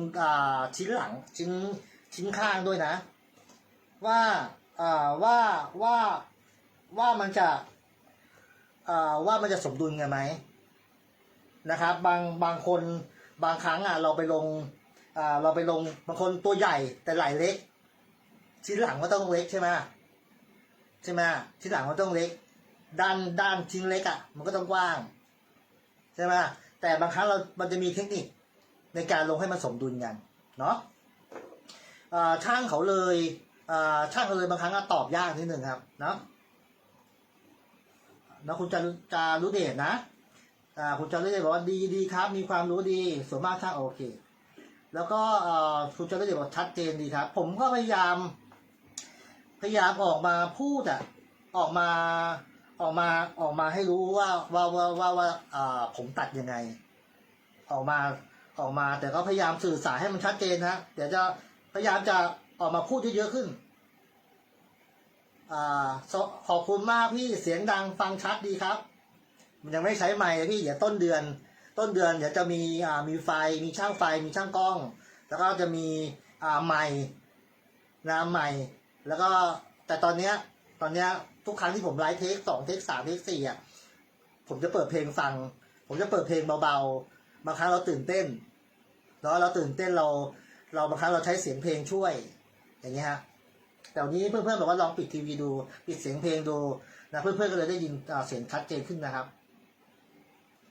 แล้วก็พี่กฤษพรบอกว่าเก่งสมชื่อค่ะพี่เก่งสุดยอดค่ะขอบคุณมากครับพี่กฤษพรเนาะผมก็ไม่ใช่คนเก่งอะไรแค่ว่ามีความตั้งใจอย่างเดียวตั้งใจบางครั้งผมออกมาพี่กฤษพรผมก็ต้องยอมรับนะว่าบางครั้งน้อยคนที่จะมาบอกการลงอย่าเทคหน้าเดี๋ยวผมจะมาตัดผู้ชายเดี๋ยวผมจะพยายามไปทำการบ้านเพราะวันนี้ผมไม่ได้ทำการบ้านอะไรมาเลยนะบางครั้งเราตื่นเต้นเราว่าผิดว่าถูกขนาดเริ่มแรกผมยังลงความลึกผิดเลยอะเห็นไหมด้วยความตื่นเต้นนะเดี๋ยวคราวหน้าผมจะไปหาวิธีการลงสูตรผู้ชายอยู่สูตรผู้ชายดูนะลองไปหาเทคนิคในการออกมาแล้วสื่อสารกับพี่เพื่อนๆน้องๆที่กำลังฝึกวาดกันอยู่เนาะผมไม่ได้คนเก่งแต่แค่ว่าผมเป็นคนที่กล้าออกจะมาบางคนเก่งกว่าผมแต่ไม่เป็นไรครับผมกล้าออกมาอธิบายออกมาอธิบายให้เพื่อนๆดูว่าวิธีการตัดเนี่ยเขาตัดกันเป็นแบบไหนนะฮะผมมาเป็นมาทุกอย่างผมทำมาทุกอย่างนะเป็นตั้งแต่ช่างเย็บจนมาถึงช่างตัดแล้วจนมาเป็นเจ้าของร้านเนาะผมจะใช้เทคนิคแค่นี้แล้วก็สุดตอนแล้วผมก็จะมาอธิบายเดี๋ยวคราวหน้าผมจะมาบอกวิธีการสร้างแพทเทิร์นผู้ชายนะเอาแบบละเอียดเอาแบบตั้งแต่ตีกรอบที่จริงการเริ่มเรียนมันจะเป็นกรอบของมันเป็นกรอบสี่เหลี่ยมเป็นวาดกรอบผืนผ้าความยาวความลึกนะแล้วเราก็มาหาผลลัพธ์แล้วอธิบายกับให้เพื่อนๆฟังว่าวิธีการหาเขาหากันยังไงใช่ไหมแต่ด้วยความที่เราตัดชิ้นอกตรงนี้แต่นี้ลงตรงนี้เราลงวาดด้วยมือเลยด้วยความเคยชินของมันบางครั้งเพื่อนๆที่กำลังฝึกอยู่หรือกำลังหัดอยู่ไม่เข้าใจหรอกได้แค่มองเส้นเขานะได้แค่มองเส้นว่าเขาวาดกันอยู่ประมาณนี้ใช่ไหมเดี๋ยวคราวหน้าผมจะมาพูดอธิบายให้มันชัดเจนนะเทคที่แล้วเป็นเทคของกางเกงผมมีความที่ว่าปลื้มตัวเองนะมีคอมเมนต์เข้ามาว่าโอ้พี่อธิบายชัดเจนมากเลยครับมากเลยค่ะนะฮะว่าผมสอนคนมายังไม่เคยชัดเจนกว่าพี่มีคอมเมนต์เข้ามาแล้วก็เป็นร้านสูตรอยู่ร้านสูตรด้วยกันด้วยนะฮะทำไมแค่คำคอมเมนต์ที่เนี่ยเรามีพลังเรามีกำลังใจเรามีกำลังใจที่จะออกมาอธิบายให้เพื่อนๆฟังด้วยความตั้งใจเราแค่คอมเมนต์แค่นี้ผมบางครั้งผมออกมาผมก็กลัวเราก็ไม่รู้คนอื่นเขาจะมีหลักสูตรแบบไหนใช่ไหมหลักสูตรแบบไหนแล้วเขาตัดกันอย่างไรใช่ไหมเราออกมาเนี่ยเราจะเป็นจะเหมือนเขาไหมอย่างเงี้ยแต่ทุกครั้งผลลัพธ์มันจะตัดหน้าตัดหลังก่อนหรือตัดแขนหน้าหรือตัดแขนหลังก่อนหรือตัดฝั่งขวาฝั่งซ้ายก่อนทุกสิ่งทุกอย่างผลลัพธ์มันออกมาเหมือนกันเนาะเดี๋ยวขออ่านคอมเมนต์นิดนึงนะพี่จารุเดชบอกว่าแนวทางแบบนี้ชอบครับไม่ห่วงวิชาครับพี่จารุเดชครับคือผมครั้งที่จริงผมถามคนมาเยอะมากแต่ทุกครั้งถามเราจะได้อะไรมาด้วยลำบากด้วยความยากลำบากนะผมเป็นคนที่ว่าอยากรู้อะไรผมเป็นคนที่ว่าเจอคนไหนเก่งนะผมเป็นคนที่ว่าอยากรู้คนไหนเก่งผมจะเข้าไปหาแล้วก็จะพยายามศึกษาพยายามถามเขาแล้วก็พยายามคุกคีแต่ผมจะมีเทคนิคที่น่ารักในการคุกวงในของคนที่เก่งนะเพื่อให้เป็นธรรมชาติให้เป็นมิตรเหมือนพี่เหมือนน้องกันนะแล้วเขาจะเปิดใจสอนเราผมจะใช้เทคนิคพวกนี้มาช่วยแล้วก็แต่วันนี้ผมออกมาด้วยความตั้งใจอย่างเดียวเนาะคือไม่ถ้าเกิดว่าห่วงผมไม่ออกมาแล้วไม่รู้ว่าเราจะห่วงไปทำไมนะแล้วผมเราจะห่วงไปทำไมถ้าเกิดว่าห่วงผมก็จะไม่ออกมาเพราะผมทำตรงเนี้ย ผมมาพูดอยู่ตรงเนี้ยบางกางเกงอ่ะเมื่อเทปที่แล้วกางเกงอ่ะผมใช้เวลาตัดตัวหนึงไม่เกิน5 นาทีต่อ1ตัว ในการวาดต่อตัวไม่ถึง5 นาทีหรอกนะแต่เมื่อวานเทปนู้นผมล่อไปกว่าจะจบเทปไป1 ชั่วโมงครึ่งเนี่ยแต่ผมปลื้มที่ว่ามีเพื่อนๆมีร้านเสื้อผ้าร้านสูทด้วยกันนะเข้ามาคอมเมนต์เข้ามาให้กำลังใจผมมีกำลังใจอยู่ตรงนี้แหละฮะหนึ่งคือบางครั้งเราออกมาแล้วนะเพื่อนสายอาชีพด้วยกันที่เป็นสูตรที่เป็นช่างตัดอยู่ด้วยกันให้กำลังใจซึ่งกันและกันตรงเนี้ยนะแล้วผมก็จะมาทำอะไรที่เหนือความคาดหมายที่ทุกคนไม่ทำงานเราไม่ทำงานผมเป็นคนที่แปลกอยู่คนหนึ่งนะจะไม่ออกมาคือไม่ห่วงวิชาให้เต็มที่เดี๋ยวจะพยายามผมก็ยังกลับไปดูย้อนไลฟ์ของตัวเองนะทุกเทคก็จะดูว่าจุดบกพร่องของเราว่าเราสื่อสารกับเพื่อนๆตรงไหนมั่งที่เรายังอธิบายไม่ดีพอ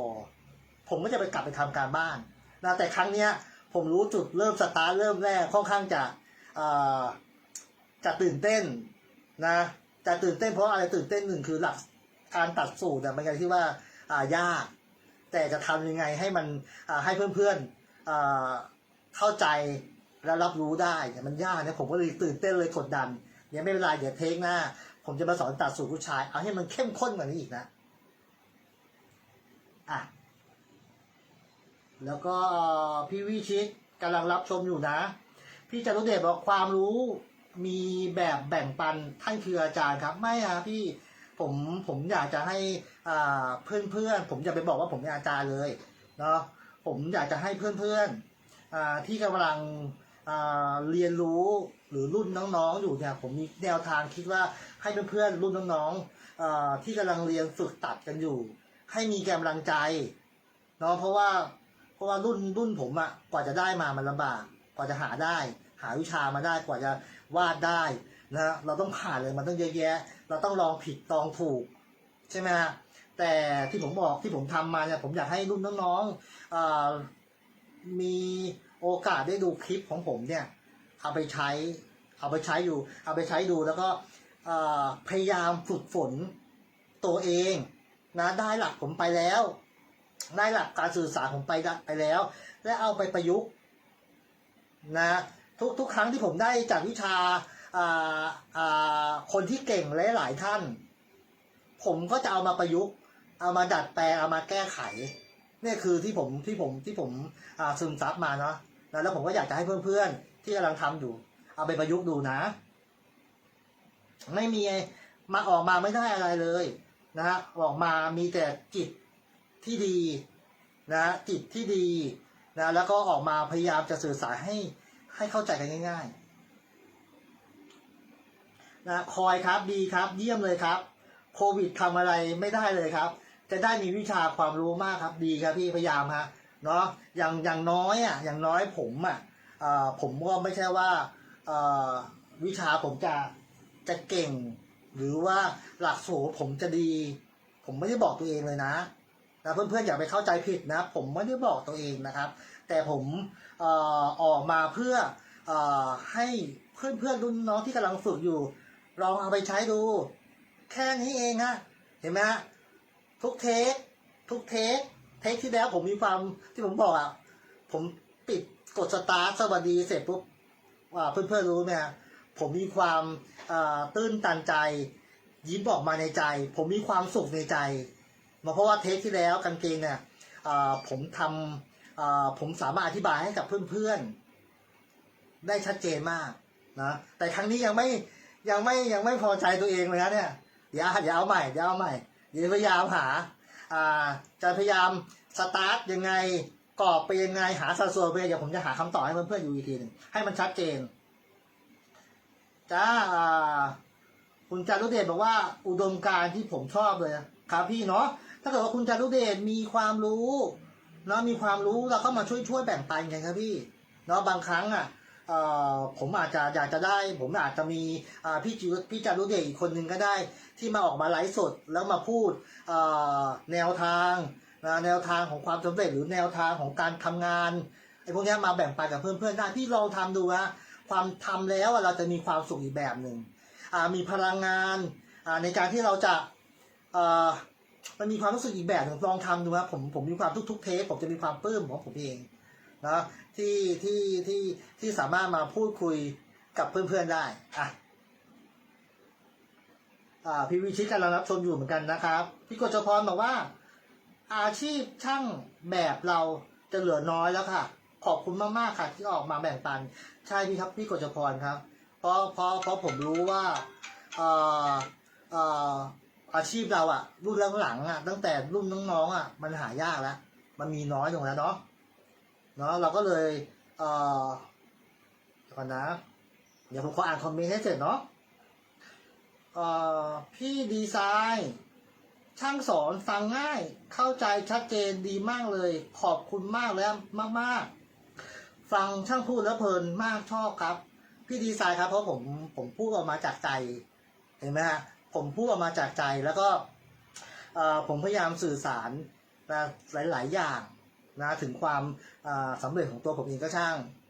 ลองไปดูเทปที่เก่าๆนะถึงความสำเร็จของตัวผมเองก็ช่างนะฮะก็พยายามออกมานะก็สื่อสารให้เพื่อนๆฟังแต่ไม่รู้ว่าบางครั้งก็เหนื่อยนะพี่ดีไซน์นะบางครั้งก็เหนื่อยนะแต่ก็เนาะช่วยผมขออย่างเดียวนะช่วยเป็นกำลังใจให้ผมนะช่วยกันกดไลค์นะช่วยกันกดไลค์กดแชร์นะให้กับเพื่อนๆนะให้กับเพื่อนๆที่กำลังพยายามอยู่ด้วยนะพี่นะเราเป็นกำลังใจให้กันนะครับพี่นะสวัสดีครับพี่ศิรศักดิ์ผิวทองเนาะคุณศิรศักดิ์เนี่ยเขาบอกว่าสุดยอดมากเลยครับพี่คุณศิรศักดิ์เนี่ยก็เป็นช่างนะเป็นช่างโอ้ถ้าใครเคยลองเข้าไปลองไปเสิร์ชหาพี่คุณศิรศักดิ์ดูเนี่ยก็เป็นงานนี่ล้นหลามมากเลยนะยังต้องยอมแพ้โควิดต้องยอมแพ้พี่เขาเลยนะงานนี้ไม่ต้องบอกใครนะเยอะมากแล้วไม่ได้เยอะธรรมดาด่วนๆทั้งนั้นเลยเนาะพี่ศิรศักดิ์เนาะพี่ศิรศักดิ์ก็เป็นช่างตัดอยู่เหมือนกันเนาะเดี๋ยวแป๊บนึงขอรับโทรศัพท์กันหนึ่งนะฮัลโหลได้จ้ะโอเคครับผมได้ครับผมครับผมครับเดี๋ยวเราแบตจะหมดพอดีเลยเนาะเดี๋ยวผมอ่านคอมเมนต์ก่อนนะเพราะว่าสุดยอดครับก็พี่ศิรศักดิ์เนี่ยก็เป็นช่างตัดแล้วก็มีทีมงานอยู่เยอะมากเนาะถ้าเกิดว่าลองเซ็ตเข้าไปหาดูว่า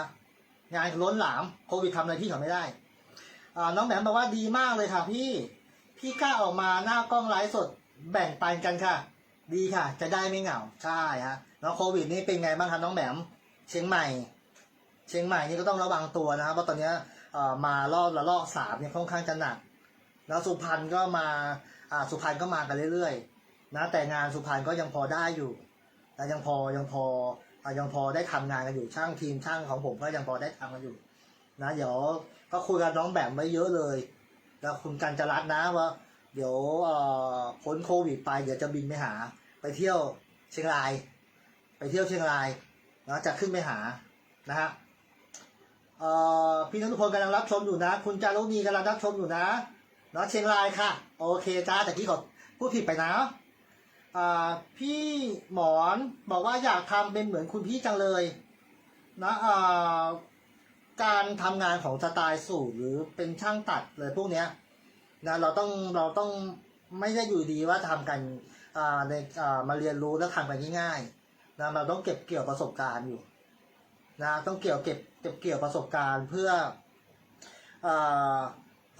ทุกอย่างเบสิกขั้นพื้นฐานทุกคนมันต้องมีนะแต่มีแล้วประสบการณ์เท่านั้นสามารถไปประดิษฐ์งานฝีมือแบบนี้ได้นะครับประดิษฐ์งานฝีมือแบบนี้ได้มันไม่ใช่เรื่องยากเนาะผมก็ผ่านมาในคุกคีเนี่ยน่าจะเกือบ30 ปีได้แล้วทำงานตรงนี้มาไม่เคยเดินไปไหนเลยทำอยู่อาชีพนี้อาชีพเดียวเนาะยังมีใครถามคำถามมีอะไรไหมครับนะเดี๋ยวยังไงดีเพราะตอนนี้มันก็ใช้เวลาอยู่เยอะแล้ว เดี๋ยวคราวหน้านะเพื่อนๆนะลองให้ลองกดติดตามผมไว้แล้วก็ให้กำลังใจผมไว้นะครับ แล้วก็ผมสัญญานะฮะจะทำประโยชน์แบบนี้ให้กับเพื่อนๆให้กับน้องๆที่กำลังฝึกงานอยู่นะให้มีพลังงานในการทำงานอยู่เนาะถ้าคำพูดของผมนะผิดพลาดยังไงหรือเรียบเรียงยังไงให้เพื่อนๆไม่เข้าใจนะเดี๋ยวเทคหน้าผมสัญญานะพี่นะผมจะมาทำความเข้าใจให้เข้มข้นยิ่งกว่านี้อีกครับพี่คืนนี้ฝันดีราตรีสวัสดิ์รักษาสุขภาพกันด้วยนะครับสวัสดีครับผมบ๊ายบาย